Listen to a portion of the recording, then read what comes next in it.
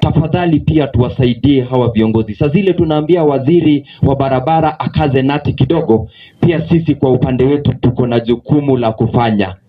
Ikiwa tunaona dereva amelewa na anaingia kwa gari kuiendesha, tafadhali tusimkubalie. Ikiwa sisi ni abiria na tunaona mtu ameweka watu kupita ile kiasi itakikana kisheria, tafadhali tusimpe nafasi. Nataka kuleta teknolojia ile vitu inaitwa speed cameras na kuangalia wale wanaendesha magari.